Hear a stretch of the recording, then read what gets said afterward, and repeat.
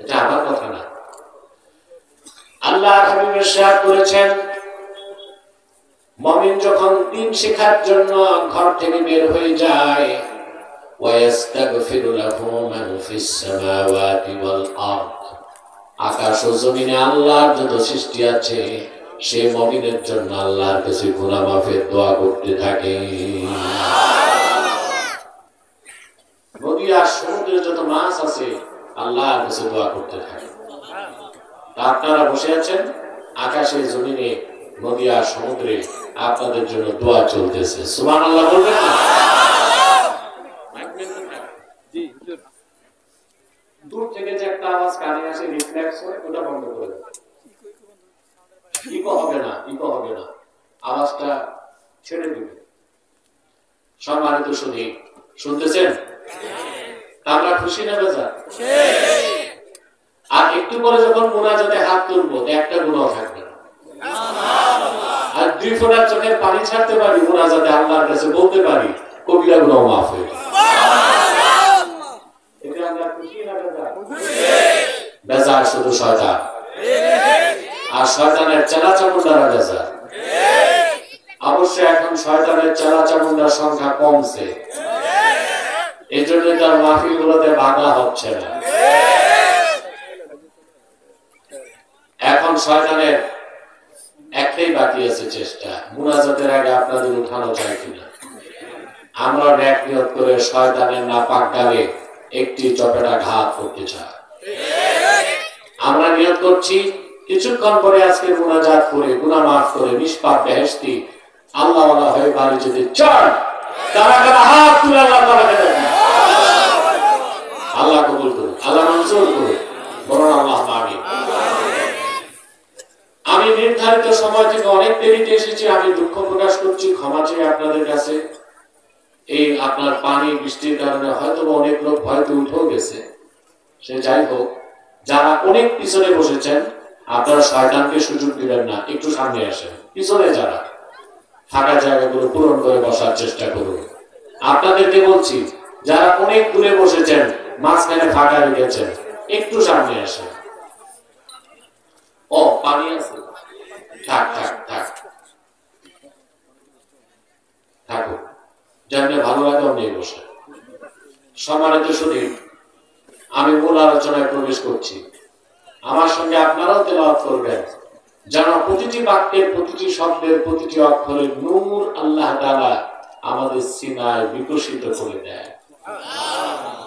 জবান করে বলেন, আউযু বিল্লাহি মিনাশ শাইতানির রাজীম, বিসমিল্লাহির রাহমানির রাহিম, قد أفلح من تزكى وذكر اسم ربه فصلى بل تؤثرون الحياة الدنيا والآخرة خير وأبقى إن هذا لفي الصحف الأولى صحف إبراهيم وموسى। আল্লাহ তাআলা বলেন, قد أفلح من تزكى, নিশ্চয় সফলতা লাভ করলো সেই যে তার হৃদয়কে পবিত্র করলো। সুবহান। ওয়া যাকারা ইসমা রাব্বিহ, রবের নামে জিকির করলো। ফাসাল্লা, নামাজ পড়লো। আল্লাহ বলেন এই তিনটা কাজ যে করলো আমার সে বান্দা 100% সফলতা লাভ করবে। আপনারা সফলতা চান? সবাই, প্রত্যেকটা মানুষ সফলতা চায়। চাকরিজীবী চাকরি জীবনে সফলতা চায়, কিন্তু উঠানামা চলবে না। আমাদের পাশে যে চায়ের স্টল ওটা বন্ধ থাক। আরে হারুন করছিল ভাতের হোটেল, আপনারা করছেন চায়ের হোটেল। আপাতত বন্ধ থাক, চাটা চলবে না। সম্মানিত শুধু প্রত্যেকটা মানুষ সফলতা চায়, চায় না? চাকরিজীবী চাকরিতে সফলতা চায়, ব্যবসায়ী চায় ব্যবসায় সফলতা, রাজনীতিবিদ চায়। আমি কবরস্থানে না, মাহফিলে। আপনারা কোথায়? ভুলে গেছেন? কথা বলতে হবে। রাজনীতিবিদ সফলতা চায়, রাজনীতি। মানুষ তো আশরাফুল মাখলুকাত, ইতর প্রাণীগুলো তাদের কাছে সফলতা চায়। একটা বিড়াল গাছে উঠতে পারে না, 10 বার চেষ্টা করে। মান্দার গাছ ছাড়া মোটামুটি সব গাছেই উঠতে পারে। একটা বাবুই পাখি সুনিপুণ দক্ষতায়, শৈল্পিক ছান্দসিকতায় এত সুন্দর ঘর বানায়। আপনারা দেখেন, দেখবেন কি করে, যেভাবে তাল গাছ কাটতেছে বাবুই পাখির ঘর বানানো। একটা বাবুই পাখি কিভাবে ঘরটা বানায়, তার কাছে সে সফল কিনা? বাংলাদেশের যত প্রকৌশল বিশ্ববিদ্যালয় আছে, বুয়েট, চুয়েট, কুয়েট, রুয়েট, ডুয়েট, এসব প্রকৌশল বিশ্ববিদ্যালয়ের ইঞ্জিনিয়ার গুলোর এক জায়গায় আনলো, সুনিপুণ দক্ষতায় বাবুই পাখি যেরকম ঘর বানায়, একটা ঘর বানাতে পারবে? এই কাজে বাবুই সফল।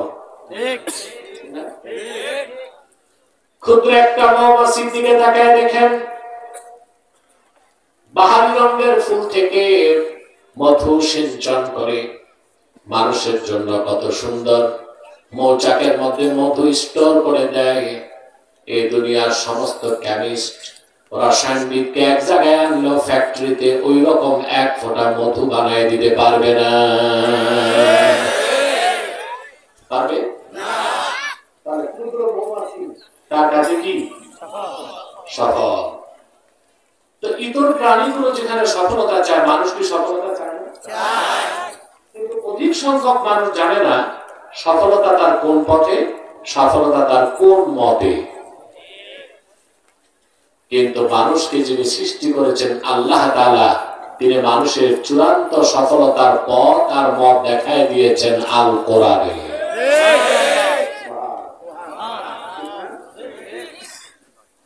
আল্লাহ রাব্বুল আলামিন বলেন,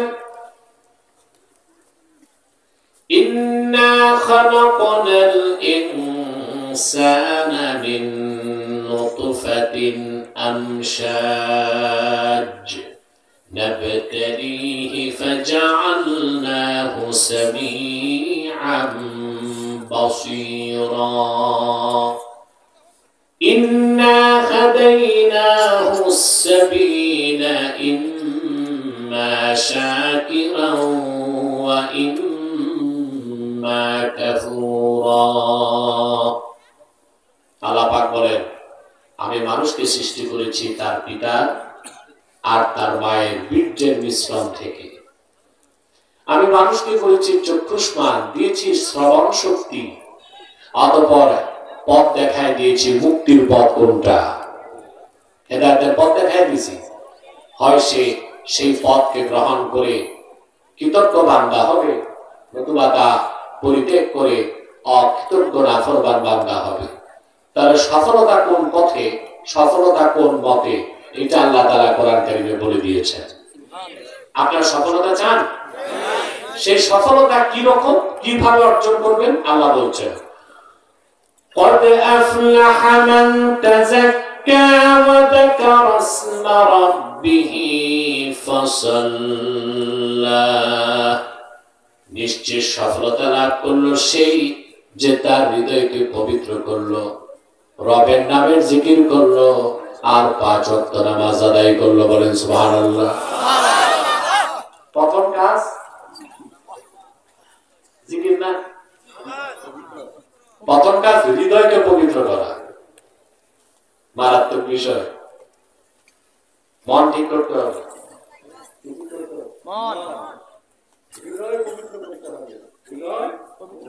পবিত্র করতে হবে। এখন হৃদয় কিভাবে পবিত্র করবেন? দাঁত পরিষ্কার করেন মেসওয়াক করে, মাথা সাফ করেন শ্যাম্পু দিয়ে, শরীর পরিষ্কার করেন সাবান দিয়ে, মন কি দিয়ে পরিষ্কার করেন?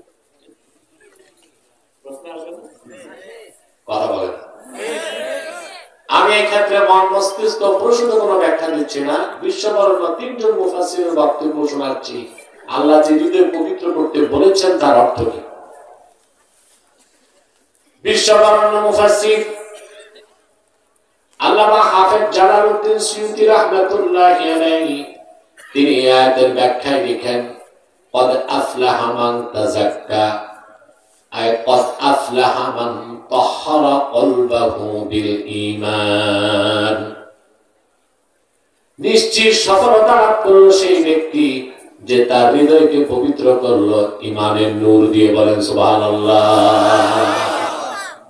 তাহলে ঈমান ছাড়া হৃদয় কখনো পবিত্র হতে পারে না। যার অন্তরে ঈমান আছে তার হৃদয় পবিত্র, যার অন্তরে ঈমান নাই, শিরক আছে, কুফর আছে, তার হৃদয় অপবিত্র। আপনারা যারা দাঁড়িয়ে আছেন সামনে এসে বসতে পারেন না। আমি জানি না আপনারা কে কে খান বাহাদুর আসানুল্লাহ নাতিপুতি, যাবেন না, যাবেন না, যেতে বলি না, আমরা হলে দাঁড়িয়ে থাকেন। করবে ডাকি নিচে তো পানি প্রচন্ড কুয়াশা। এই সামনে এসে এসে একটু একটু বসে। সম্মানিত শুনে কথা খেয়াল করতেছে, তাই হৃদয় পবিত্র হয় কি দিয়ে? একটু জোরে ভাই। আরে বাবা জিকির পরে আগে ঈমান আনো, আগে ঈমান, তারপরে নামাজ, রোজা, জিকির, ফিকির, মুরাকাবা, মুশাহাদা। ঈমান নাই, কিচ্ছু নাই। ঠিক না? বিশ্ববরণ্যের একজন মুফাসসির আল্লামা ইমাম ইমাদউদ্দিন ইবনে কাসির রাহমাতুল্লাহি আলাইহি তিনি তার তাফসীরের মধ্যে এই আয়াতের ব্যাখ্যায় লিখেন, قد أفلح من تزكى أي طهر قلبه من الشرك والكفر والدنس। সুবহানাল্লাহ।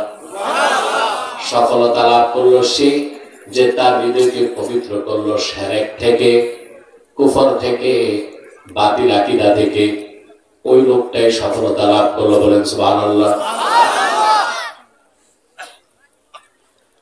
বিশ্ববরণ্যের একজন মুফাসসির আল্লামা ইমাম ফখরুদ্দিন রাজি রাহমাতুল্লাহি আলাইহি নাম শুনছেন?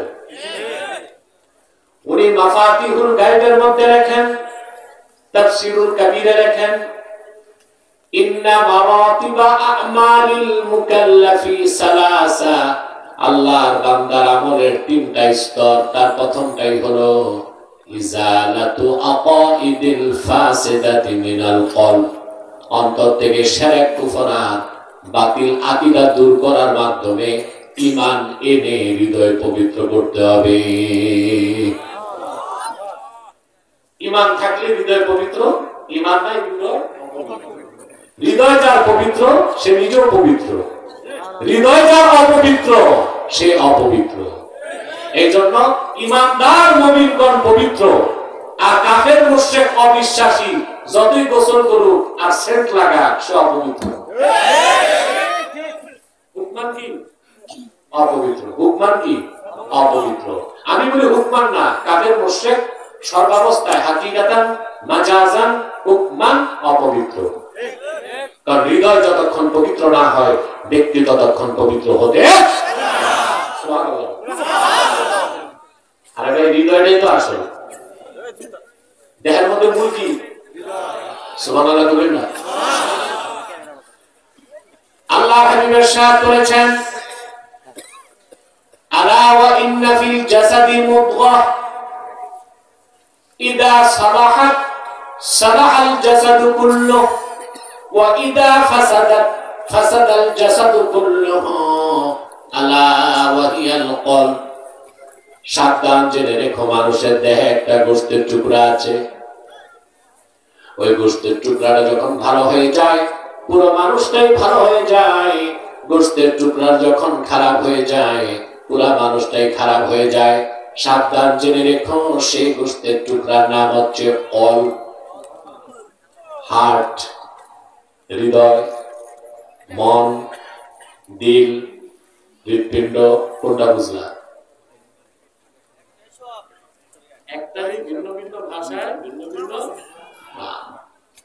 রাসূল করিম সাল্লাল্লাহু আলাইহি ওয়াসাল্লামের এই হাদিসের সামনে ১৫০০ বছর পরে মেডিকেল সায়েন্স মস্তক নত করে দিয়েছে।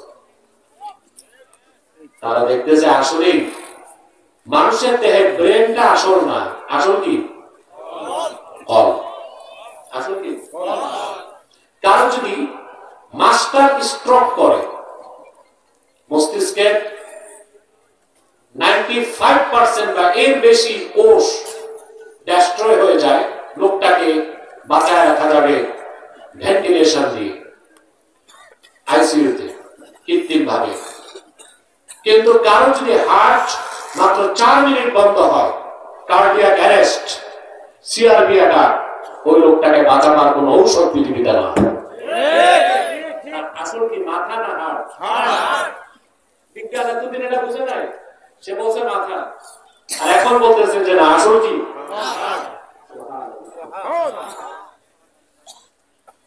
আল্লাহ তাআলা স্ট্রেঞ্জ ক্রিয়েশন অফ অলমাইটি আল্লাহ, আল্লাহর অত্যাশ্চর্য সৃষ্টি মানুষের ভিতরে হৃৎপিণ্ড। শুধু হৃৎপিণ্ড নিয়ে যদি কেউ চিন্তা করে, ওই লোকটা অন্তত নাস্তিক হইতে পারে না। এটা কিভাবে চলে? বিজ্ঞানের কাছে কোনো জবাব নাই। মায়ের পেটে মানুষের বয়স যখন থাকে মাত্র 4 মাস 10 দিন, তখন থেকে হৃৎপিণ্ড কাজ শুরু করে দেয়।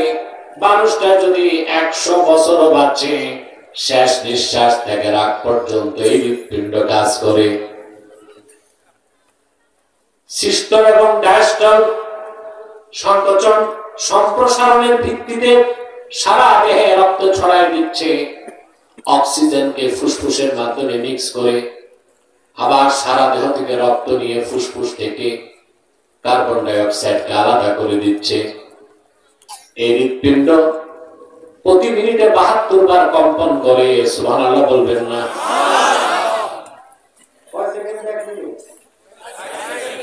আর হৃৎপিণ্ড কাঁপে। আপনারা দেখবেন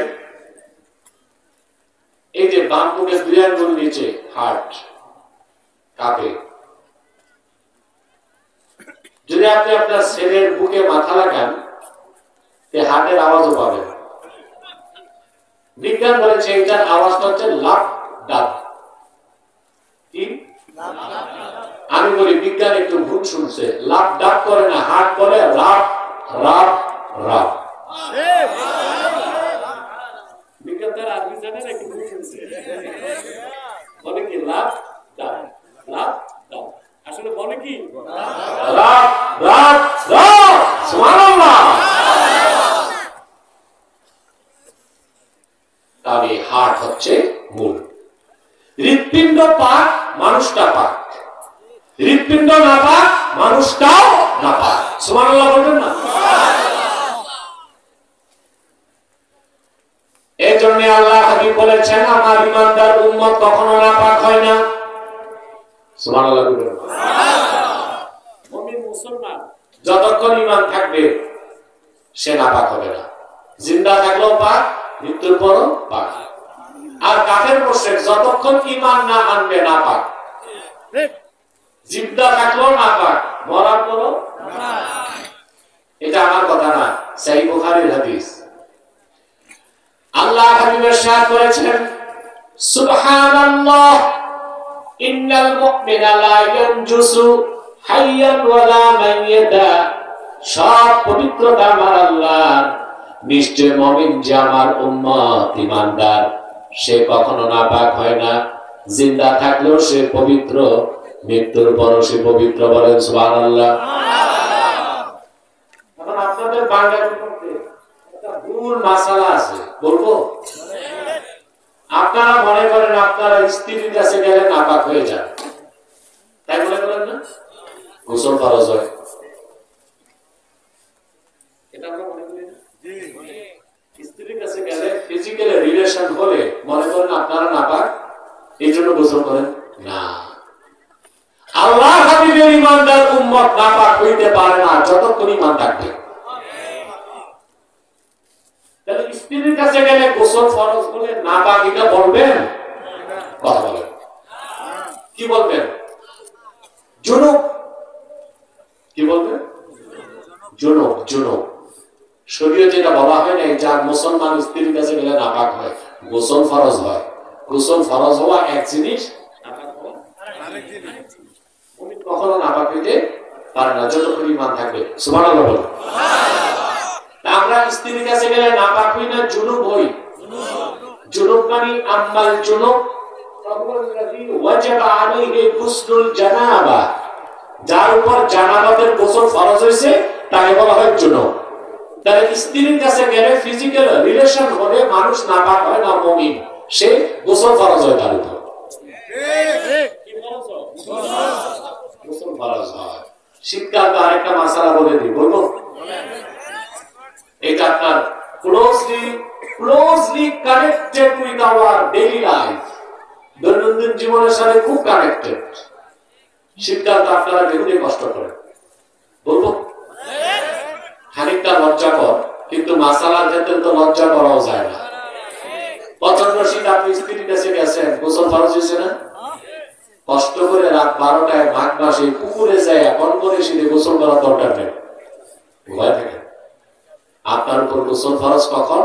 ইদা দাখালা ওয়াক্তুল ফাজরে, ফজরের ওয়াক্ত যখন প্রবেশ করবে তখন আপনার উপর গোসল ফরজ হয়ে যাবে। এর আগে আপনি আরামে রিল্যাক্সে ঘুমান, রিল্যাক্সে। তবে কেউ যদি তাহাজ্জুদ পড়তে চান, কোরআন তেলাওয়াত করতে চান, বিষয়টা ভিন্ন, গোসল করেই পড়তে হবে। আজ পর্যন্ত বিষয়টা এমন না যে আপনি স্ত্রীর কাছে গেছেন রাত 12টায় কনকনে শীতে গোসল করে আবার ঘুমাইতে হবে, এমন না বিষয়টা। এরকম কষ্ট হইলে 7 দিনও তো স্ত্রীর কাছে যাবে না। এই মাসালাগুলো আমাদের জানা থাকবে। কথা বুঝতে পারছেন না? একটা কথা এমনি না, মুখে না, লিখে। তাহলে বুঝতেছেন? কি বুঝলেন? আপনি স্ত্রীর কাছে গেলে গোসল ফরজ কখন? ফজরের ওয়াক্ত যখন ঢুকবে। সুবহানাল্লাহ। এর আগে যদি আপনি তাহাজ্জুদ পড়তে চান, কোরআন তেলাওয়াত করতে চান, তখন আবার ফরজ। আর যদি আপনি ঘুমায় যান, কোনো সমস্যা নাই, ফরজ হবে কখন? নামাজের আগে। বুঝতে পারলাম? তাহলে আমার ভাইয়েরা, ঈমান আনলে হৃদয় পবিত্র হয়। হৃদয় যার পাক, ব্যক্তিটা পাক। হৃদয় যার না পাক, ব্যক্তি না পাক। কারণ আমি বলে থাকি, হৃৎপিণ্ড হচ্ছে মানুষের দেহের রাজধানীর মতো। Human body is like a state. Heart is the capital of this state. মানুষের দেহটা যদি হয় একটি রাষ্ট্রের মতো, তাহলে হৃৎপিণ্ড হচ্ছে ওই রাষ্ট্রের রাজধানীর মতো। আপনারা জানেন মডার্ন ওয়ার পলিসি, আধুনিক যুদ্ধবিদ্যা বলে রাজধানী যার দখলে, দেশ তার দখলে। এটা বাঙালিরা আর বুঝাইতে হবে? 16 বছর যারা জুলুম করেছে, রাজধানী তাদের দখলে ছিল, দেশ তাদের দখলে ছিল। আবে ওলামা ছাত্র জনতা যখন রক্ত দিয়েছে, রাজধানী দখলে গেছে, দেশও দখল করেছে, জালেম পালিয়েছে। ঠিক না? রাজধানী যার দখলে, দেশ। শয়তান এটা ভালো করে জানে। সেজন্য শয়তান মানুষের মাথা দখল করে না, নাক দখল করে না, কান দখল করে না। শয়তান দখল করে মানুষের কলব। হাদিস সাক্ষ্য দিয়ে আল্লাহর হাবিব ইরশাদ করেছেন, আশ-শায়তানু জাসিমুন আলা কলবি বনি আদম ইযা যাকারা ফাআনাসা ওয়া ইযা গাফালা ফাওয়াসওয়াসা। শয়তান মানুষের অন্তরে আসন গেড়ে বসে যায়। বান্দা যখন আল্লাহর জিকির করে তখন সে পালিয়ে যায়। বান্দা যখন আল্লাহর জিকির থেকে গাফেল হয়ে যায়, শয়তান ওয়াসওয়াসা দিতে থাকে। আমি আপনাদেরকে এতক্ষণ যে বক্তব্য রাখলাম তার সাবস্টেন্স হচ্ছে এটা। আল্লাহ তাআলা সফলতার জন্য 3টা কাজ দিয়েছেন। তার প্রথমটা হচ্ছে হৃদয় পবিত্র করা। আর ঈমান আনলেই হৃদয় পবিত্র হয়, হৃদয় পাক, মানুষটা পাক। আর যখন অন্তরে ঈমান থাকে না, শিরক থাকে, কুফর থাকে, তখন হৃদয়টা কি? জেনে বলতে হবে, ব্যক্তিটাও নাপাক। তাহলে আমি আজকে আপনাদের কি দিচ্ছি? পীর সাহেবরা এসে সবক দেন। আমি সারা দেশে সবক দিই, আমার বিষয়টা হচ্ছে শিরক আর কুফরকে নির্মূল করা। আমি এই সবক দিই, কারণ জনগণ যদি শিরক আর কুফরকে লালন করে, নামাজ রোজা জিকির ফিকির 2 পয়সা কাজে থাকবে? আমার ভাইরা, আল্লাহ রাব্বুল আলামিন কোন ব্যক্তি যদি ঈমান এনে মুমিন হয়ে যায়, তার আমলনামায় যদি একটা শিরক কিংবা কুফরের গুনাহ না থাকে, কাল কিয়ামতের দিন আল্লাহ তাআলা ইচ্ছে করলে তারে বিনা আযাবেও জান্নাত দিয়ে দিতে পারেন। সুবহানাল্লাহ। আর ইচ্ছে করলে শাস্তি দিবেন, তবে অবশ্যই শাস্তির পর জান্নাত দিবেন। অপরদিকে কারো যদি হৃদয় হয় না পাক, ঈমান নাই, পাহাড় সমান আমল আছে, ওই লোকটা আল্লাহর সামনে যখন দাঁড়াবে তার হৃদয়টা অপবিত্র থাকবে, কোনদিনও সে জান্নাত পাবে না, তার ডেস্টিনেশন হবে জাহান্নাম। সেজন্য আল্লাহ তাআলা বলে দিয়েছেন, ইয়াওমা লা ইয়ানফাউ মালুন ওয়ালা বানুন ইল্লা মান আতাল্লাহা বিকলবিন সালিম। কাল কিয়ামতের দিন সহায় সম্পদ, সন্তান সন্ততি কোনো কাজে আসবে না, কিন্তু যে আল্লাহর কাছে পবিত্র হৃদয়, সুস্থ হৃদয় নিয়ে দাঁড়াবে, তার কোনো চিন্তা নাই। যদি তার গুনাহ থাকে, আল্লাহ বিনা তওবায় তারে বেহেশত দিয়ে দিবেন। আর যদি শাস্তি দেন, তারপরও আল্লাহ তাকে বেহেশত দিবেন। সুবহানাল্লাহ। হাদিস, ফাহুয়া ইলাল্লাহ ইন শাআ আযাবাহু ওয়া ইন শাআ আকাবাহু, ইন শাআ আফা আনহু ওয়া ইন শাআ আকাবাহু। যদি কোন মুমিন আল্লাহর কাছে উপস্থিত হয় এই অবস্থায় যে তার আমলনামায় শিরক নাই, কুফর নাই, অর্থাৎ গুনাহ আছে, কিন্তু তার হৃদয় পবিত্র, বলে সুবহানাল্লাহ। আল্লাহ তাআলা ফার্স্ট চান্সে তারে maaf করে বেহেশত দিয়ে দিতে পারেন। আর যদি পানিশমেন্ট দেন, তবু আল্লাহ তাআলা বেহেশত দিবেন। সুবহানাল্লাহ। ঘুমাচ্ছেন নাকি? কে, আমি একটু দেখবো কে কি ঘুমান, হাত উঠান।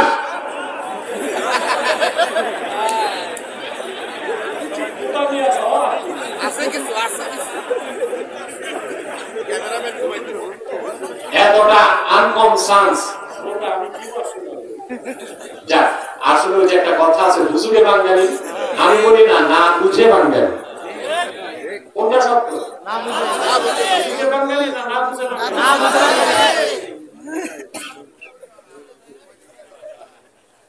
সম্মানিত সুধী, খেয়াল করুন, আর কয়েক মিনিট ইনশাআল্লাহ, তারপর আপনাদের ছেড়ে দেবো। এই বৃষ্টির মতো পানি পড়তেছে, আমারও দেখে কষ্টই লাগতেছে আপনাদের।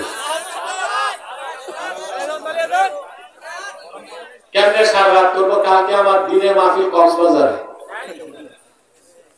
দিনে জোহর থেকে আসর। অবশ্য সেখানে হেলিকপ্টারে যাব, কিন্তু আমাকে যেতেই লাগবে 1.5 ঘন্টা, আসতে 1.5 ঘন্টা। আমাকে প্রস্তুতি নিতে হবে না, বলেন? আর আপনারা এই ঘন্টার পর ঘন্টা ওয়াজ শুনতে চান কেন? বেশি সময় কম কথা না শুনে, কম সময়ে বেশি কথা শুনুন। বেশি কথা, এটা মনে রাখবেন। আপনারা এই যে বক্তাদেরকে কন্ট্যাক্ট করে আনেন, তারপর কি করেন আপনারা? বেঁধে দেন, 2 ঘন্টা ওয়াজ করেন, ঠিক না? বক্তারাই কন্ট্যাক্ট করে কেন আসবে, আর শ্রোতাই বা কন্ট্যাক্ট করে কেন ওয়াজ শুনবে? এগুলো তো দ্বন্দ্ব হয়। ওই যে দেখছেন না, এক বক্তার গাড়ি টাড়ি ভেঙে কি করছে। আমি জানি না কোন এলাকার মানুষগুলো এত অসভ্য। একজন আলেম, হতে পারে তার ভুল থাকতে পারে, তাই বলে কি তার গাড়ি ভাঙা এটা কি মানুষের কাজ? বলেন না, এটা কি মানবিক কাজ? একজন আলেমকে দাওয়াত করে নিয়ে যাওয়ার পর সে, ওই বক্তা তার কাফের মুশরিক না, বেঈমান তো না, সে তো ওয়াইজ মানুষ, তো তাকে ভালোবাসে। যদি তার সাথে কমিটির কোনো ভুল বুঝাবুঝি থাকে, অন্যভাবেও তো কাজটা করা যেত। এইভাবে যদি গাড়ি টাড়ি ভেঙে দিল ওই আলেমের, লোকটা খুব কান্না করছে। সাবধান। আমি জানি না ইউটিউবাররা আমার বক্তব্যটা পৌঁছাবে কিনা ওই এলাকায়। যদি তারা শুনে, আমি বলবো যে বক্তার ক্ষতিপূরণ দিয়ে তার কাছে মাফ চাও। কারণ রাসূল করিম সাল্লাল্লাহু আলাইহি ওয়াসাল্লামের হাদিস, ইত্তাকি দাওয়াতাল মাজলুম ফাইন্নাহু লাইসা বাইনাহু ওয়া বাইনাল্লাহি হিজাব। মাজলুমের বদদুয়া থেকে বাঁচো। মহান আল্লাহর আরশ আজিম আর মাজলুমের বদদুয়ার মাঝখানে কোনো পর্দা থাকে। তোমরা যারা একজন আলেমকে এইভাবে অপমান করলা, মনে রেখো সমস্ত আলেমদের তোমাদের প্রতি ঘৃণা চলে এসেছে। এই কাজটা একটা জন্য কাজ। তাহলে আলেমদের উচিত চুক্তি করে না যাওয়া, আর কমিটির উচিত চুক্তি করে ওয়াজ না শোনা। এই অভ্যাসগুলো চেঞ্জ করতে হবে। কি করতে হবে? চেঞ্জ করতে হবে। তাহলে আমরা বেশি সময় কম কথা শুনবো না, কম সময় আজকে বেশি কথা শুনবো। কি বলেন? ইনশাআল্লাহ। তাহলে শিরক আর কুফর করবেন না। শিরক আর কুফর করলে অন্তর নাপাক হয়ে যায়, আপনার কোনো আমল কবুল হবে না। আল্লাহ রাব্বুল আলামিন তার হাবিবের সঙ্গে ওয়াদা করেছেন, উম্মতে মুহাম্মাদি যত বড় গুনাহগার হোক, যদি তার আমলনামায় শিরক আর কুফর না থাকে, আল্লাহর হাবিবের সুপারিশকে কবুল করে আল্লাহ উম্মতকে maaf করে দিবেন। সুবহানাল্লাহ। রাসূলুল্লাহ সাল্লাল্লাহু আলাইহি ওয়াসাল্লাম বলেছেন, শাফাআতি লি আহলিল কাবাইর মিন উম্মতি। আল্লাহর হাদিস, আল্লাহর হাবিব বলেছেন, আমার উম্মতের কবিরা গুনাহগারদের জন্য আল্লাহ আমার সুপারিশ কবুল করবেন। সুবহানাল্লাহ বলেন। কিন্তু আপনি যদি শিরক বা কুফর করেন, অন্তর নাপাক হয়ে যায়, তখন আপনি আল্লাহর বান্দাও না, আল্লাহর হাবিবের উম্মতও না। আপনার জন্য কোনো সুপারিশ নাই, আপনার জন্য জান্নাত নাই।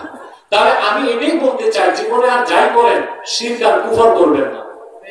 এটা কোনো মান নাই।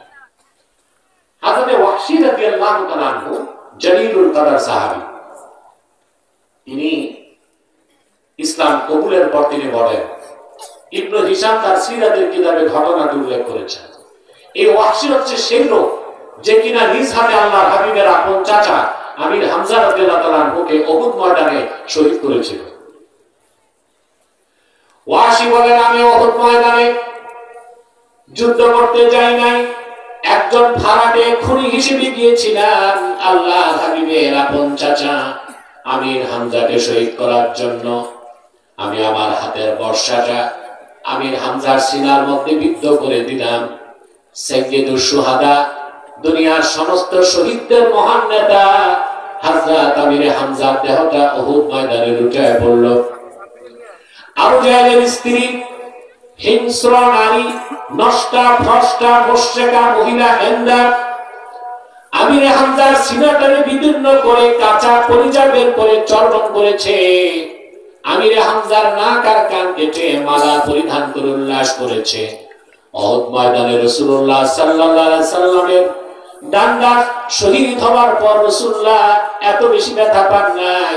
উহুদ ময়দানে আপন চাচা আমির হামজার এই শাহাদাতের দৃশ্য দেখে রাসূলুল্লাহ যত ব্যথা পেয়েছিলেন। ওয়াহশী বলেন, মক্কা যখন বিজয় হয়ে গেল, দলে দলে লোকেরা মুসলমান হতে লাগলো। আমি মক্কা ছেড়ে পালিয়ে যেতে লাগলাম। লোকেরা আমাকে বলল, ওয়াহশী আইনা তুরিদু, কোথায় পালাও? আমি বললাম, মক্কায় সবার ক্ষমা আছে, আমার ক্ষমা নাই, কারণ আমি আল্লাহর হাবিবের আপন চাচা আমির হামজাকে শহীদ করেছি। লোকেরা বলল, রে ওয়াহশী, চিন্তা করো না, একটিবার রাহমাতুল লিল আলামিনের কদমে চলে যাও, তোমার মতো ওয়াহশীকে তিনি মুহূর্তে ক্ষমা করে দিতে পারে। ওয়াহশী বলেন, বুক ভরা শঙ্কা নিয়ে আমি আল্লাহর হাবিবের কদমের সামনে চলে গেলাম। আল্লাহর হাবিব আমাকে দেখেই বললেন, তুমি কে? আমি বললাম, ওয়াহশী। কোন ওয়াহশী? আপনার চাচা আমির হামজার হত্যাকারী। কেন এসেছো? আমি বললাম, ইয়া রাসূলুল্লাহ, ক্ষমা চাইতে এসেছি, আর আপনার দ্বীনের কালেমা পড়ে মুসলমান হতে এসেছি। আল্লাহর হাবিব বললেন, ক্ষমাও করে দিলাম, ক্ষমাও করে দিব, আর তোমার জন্য আল্লাহ দ্বীনের দরজা খোলা আছে। সুবহানাল্লাহ বলবেন না? আরে মিয়া পুরুষের কণ্ঠে কোন সুবহানাল্লাহ।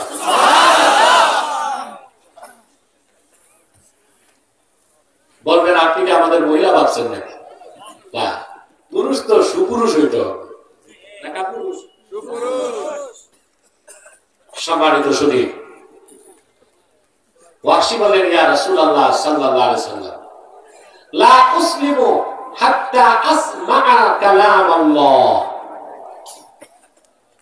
আমি মুসলমান হলে আল্লাহ আমাকে মাফ করবেন ওহীর মাধ্যমে যতক্ষণ আল্লাহ না বলবেন, আর আপনার নূরের জবান থেকে দুই কানে না শুনবো, আমি মুসলমান হব না। আল্লাহর পক্ষ থেকে কোরআনের আয়াত নাযিল হয়ে গেল, والذين لا يدعون مع الله إلها آخر ولا يقتلون النفس التي حرم الله إلا بالحق ولا يزنون ومن يفعل ذلك يلقى أثاما। আল্লাহ পাক ঘোষণা করলেন, আর যারা আল্লাহর সঙ্গে অন্যকে ইলাহা বলে ডাকবে না, মানুষকে হত্যা করবে না অন্যায় ভাবে, আর জিনা করবে না, তাদেরকে আল্লাহ মাফ করে দিবেন।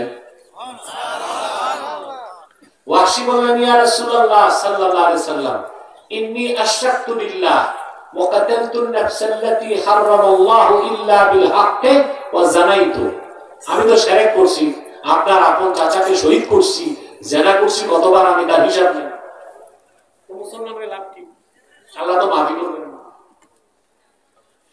আবার আয়াত নাযিল হয়ে গেল, আল্লাহ ঘোষণা করলেন, ইল্লা মান তাবা ওয়া আমানা ওয়া আমিলা আমালান সালিহান ফাউলাইকা ইউবাদদিলুল্লাহু সাইয়্যাতিহিম হাসানাত ওয়া কানা আল্লাহু গফুরার রহিমা।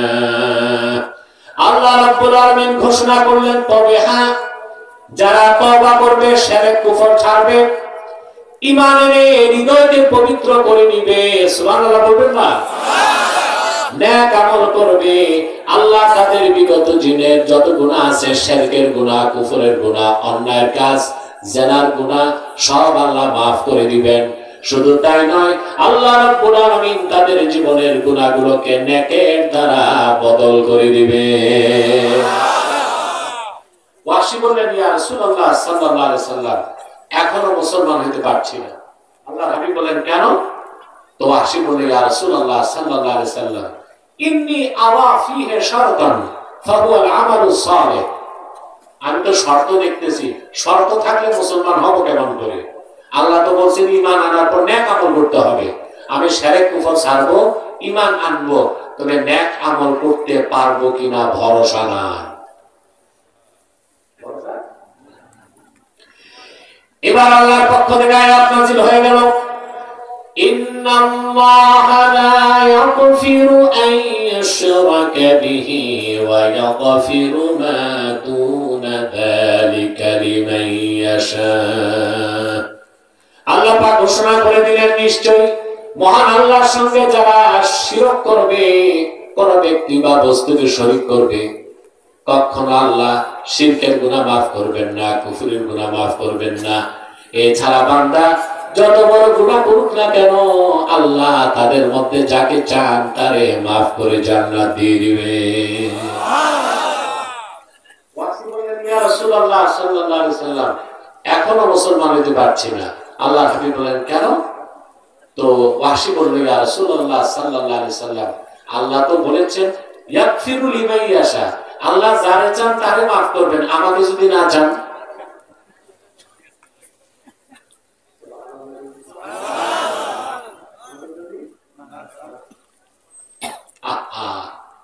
সুবহানাল্লাহ, আল্লাহর হাবিবের সাহাবীগণ আল্লাহর কাছ থেকে জান্নাত লেখাই নিয়েছিলেন।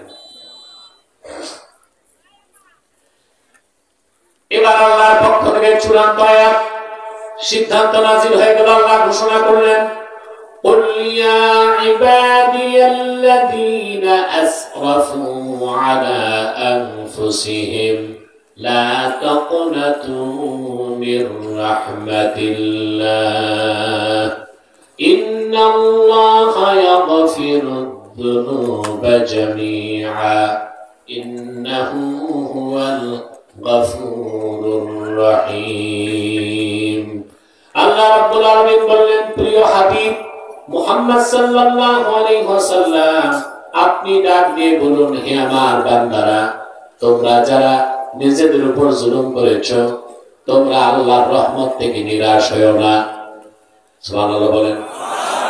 যদি তোমাদের আমল নামায় শিরক আর কুফর না থাকে, আল্লাহ তাআলা ইচ্ছে করলে সব গুনাহ মাফ করে দিবেন। ওয়াসি বললেন, আর বাধা নাই আমার, হাতি ইয়াদাক উবাইউকা ইয়া রাসূলুল্লাহ সাল্লাল্লাহু আলাইহি ওয়াসাল্লাম, আয় আল্লাহর রাসূল, আপনার নূরের হাতটা বাড়ায় দেন, আর দেরি করতে চাই না। ওই হাতে হাত রেখে আমি আপনার দ্বীনের কালেমা পড়ে এক্ষুনি মুসলমান হয়ে যাব। ঈমান এনে ওয়াসি মুসলমান হয়ে গেলেন। বলেন সুবহানাল্লাহ। তাহলে আমরা কি শিখলাম? প্রায় তো 45-50 মিনিট হয়ে গেছে। আমরা এটাই শিখলাম, আমাদের সফলতার জন্য প্রথম কাজ হৃদয় পবিত্র করতে হবে, আর সেটা হচ্ছে ঈমান দিয়ে। কি দিয়ে? আর যখন ঈমান থাকবে না, অন্তরে শিরক এবং কুফর থাকবে, হৃদয় তখন নাপাক, আমাদের মুক্তির কোনো ব্যবস্থা থাকবে না। এটা প্রথম কাজ। এরপরে আপনি বললেন ওয়া যাকারা ইসমা রাব্বি, ঈমান আনার পরে রবের নামের জিকির করলো। কার জিকির হবে? আমার দেশে পীর মুরিদের নামে অনেকে পীরের নামে জিকির করে। শিরক। পীরের নামে কোনো জিকির হবে না। পীরের নামের কোনো জিকির জিকির হবে কার নাম? আল্লাহর নামে জিকির হবে। আল্লাহর হাবিবের নামে জিকির হবে, দরুদ সালামের মাধ্যমে। অন্য কোন পীর বুজুর্গ কারো নামের কোনো জিকির হইতে মনে থাকবে? তাই ঈমানের পর হচ্ছে জিকির। ঈমানের পর কি? কথা বলেন না। আর 10 মিনিট, তারপর আমি ছেড়ে দিচ্ছি ইনশাআল্লাহ। আমি দেখতেছি পানি পড়তেছে, মানুষ এক জায়গা থেকে আরেক জায়গায় চলতেছে।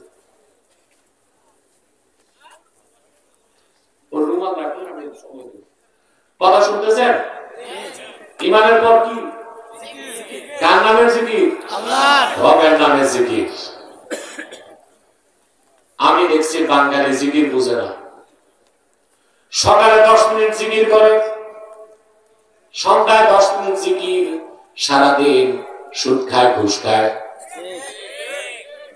আল্লাহ জোরে কম দেয়, এতিম ভাতিজার সম্পদ লুণ্ঠন করে খায়, খেতে সীমানা ধাক্কাধাক্কি করে, বিচার আচারে বসলে 2 দিক থেকে পয়সা বাইপাস করে।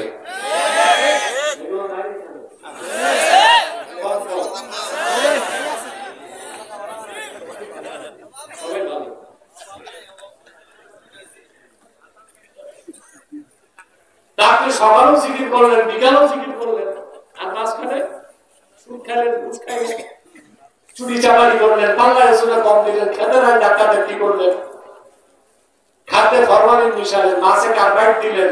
আল্লাহ কি এরকম জিকির চাইছেন?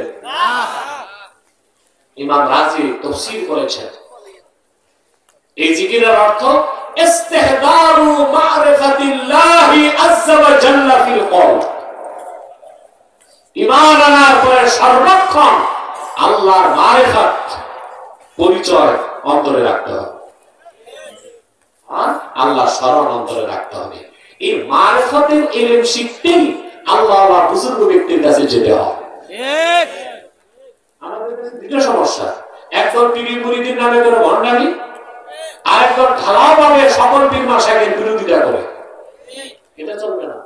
আল্লাহ ওয়ালা বুজুর্গ ব্যক্তির সোহবতে যাওয়া উচিত এর মারিফত শিক্ষা অর্জন করার জন্য। যার অন্তরে আল্লাহর মারিফত থাকবে আর আল্লাহর স্মরণ থাকবে, ও লোকটা চুরি করবে না, ডাকাতি করবে না, বদমাশি করবে না, জিনা করবে না, ব্যভিচার করবে না।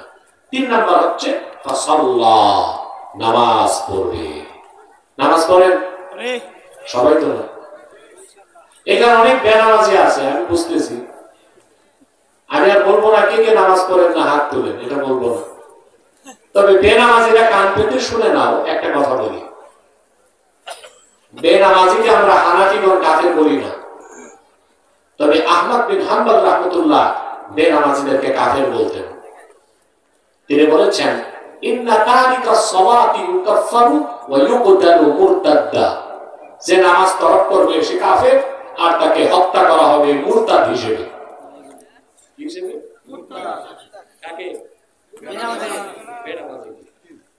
শাফি আর মালিক বলেছেন, ইমাম শাফি আর ইমাম মালিক, ইন্না তারিকা সলাতি লা ইউকাফফার ওয়া লা ইউকতাল, লা ইউকাফফার ওয়ালাকিন ইউকতালু হাদ্দা।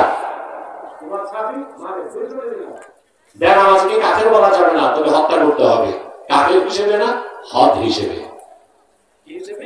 হদ, হাদ, শাস্তি, শাস্তি। তাই তিন ইমামের মতে বেনামাজি শাস্তি কি? হত্যা, হত্যা, মৃত্যুদণ্ড। আর তোমরা বাঙালি বেছে বেছে বেনামাজিদেরকে চেয়ারম্যান বানাও, মেম্বার বানাও, পার্লামেন্টে এমপি বানাও। আচ্ছা কথা ঠিক না? বাংলাদেশে তো অনেক পীরসাহেব রাজনীতি করে, কিন্তু ভোট পায় কেন? মুরিদ দুই পীর বানাইছে, রাজনৈতিক পীর একটা, আধ্যাত্মিক পীর আরেকটা। নেতারা দেয় নোট, পীরেরা দেয় নোট, নেতারা দেয় ভোট।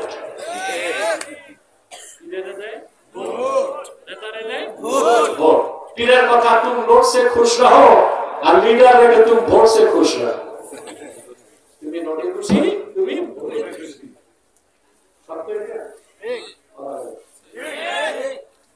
আরে ভাই, প্রত্যেক দলই তো কিছু ভালো মানুষ আছে, নামাজি আছে, ওগুলোর ভোট দেন না। আপনারা দেখেন দুর্মুজ আছে, পিস্তল বাহিনী আছে, চোর, লম্পট, স্বৈরাচার, গরিবের পয়সা শোষণ করে বিদেশে পাচার করে।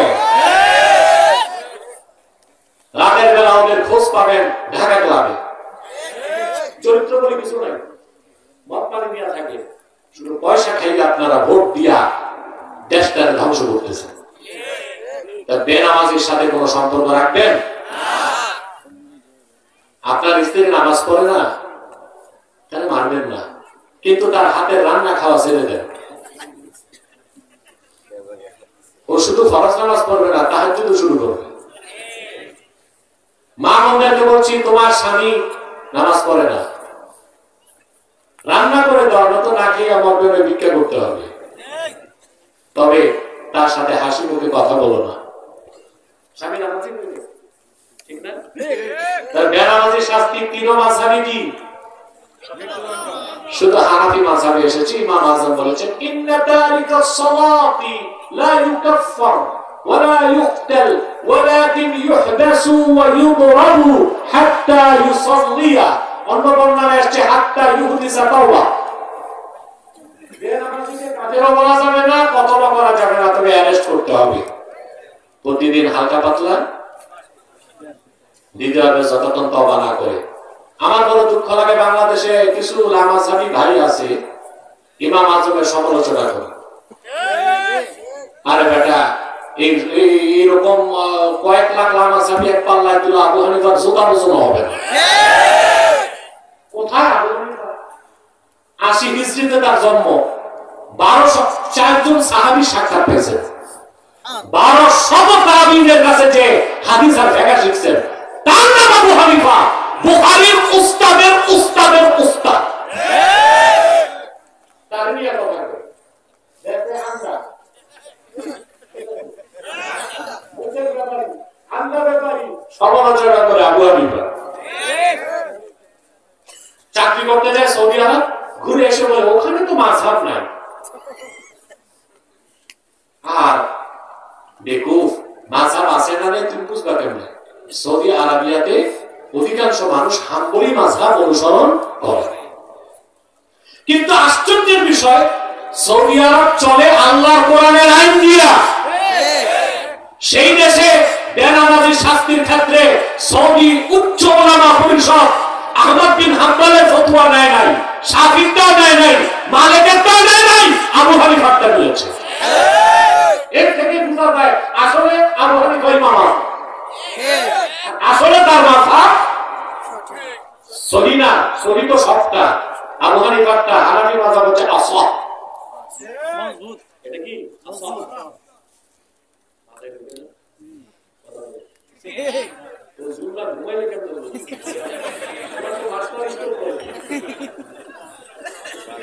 এই তার কয়েক মিনিট হয়ে গেছে, 1 ঘন্টা হয়ে গেছে।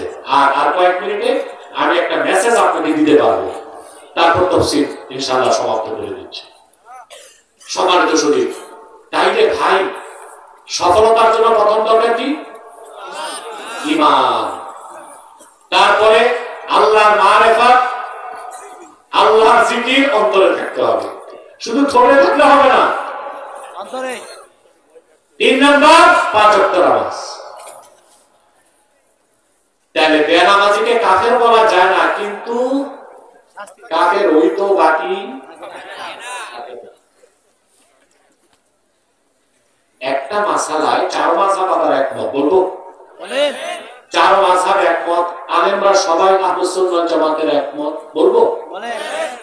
ইন্না তারিকাস সালাতি আকবাহু মিনাল কাতিলি ওয়াজ জানি ওয়াস সারিকি ওয়া মুদমিনিল খামরি। শরাবখোর, জেনাকার, চোর, হত্যাকারী, তাদের সবার চেয়ে নিকৃষ্ট হচ্ছে বেনামাজি। বেনামাজিরা কান পেতে শোনা, আবার বলছি, হত্যাকারী, চোর, জেনাকার, শরাবখোর, তাদের সবার চেয়ে নিকৃষ্ট আমার আল্লাহর কাছে বেনামাজি। নামাজ পড়বা ইনশাআল্লাহ? হাত তুলে ওয়াদা করো, ইয়া আল্লাহ ওয়াদা করছি আজ থেকে 5 ওয়াক্ত নামাজ জামাতের সাথে আদায় করব। যদি শয়তানের প্ররোচনায় নামাজ ছুটে যায়, তাৎক্ষণিক তওবা করে কাজা হিসেবে নামাজ আদায় করব। হাত দাও। কয়টা কাজ? সফলতার জন্য কয়টা কাজ? 3টা। قد أفلح من تزكى وذكر اسم ربه فصلى بل تؤثرون الحياة الدنيا والآخرة خير وأبقى إن هذا لفي الصحف الأولى صحف إبراهيم وموسى صدق الله العظيم وصدق رسوله النبي الكريم ونحن على ذلك من الشاهدين والشاكرين والحمد لله رب العالمين। একটা মানুষ উঠতে পারবে না, বসেন, ওয়াজ হয়েছে, এখন চলে যাবে। আউলিয়া কেরাম নাকি যে দোয়া লাগবে না? স্বেচ্ছাসেবকরা রুমালগুলো রেডি রাখো, আমি বলবো তোমরা রেডি থাকো। সম্মানিত শরীর, আমি আপনাদের দিনে মোনাজাতের প্রস্তুতি নিচ্ছি, এখনই মোনাজাত করে দিব। রুমালগুলো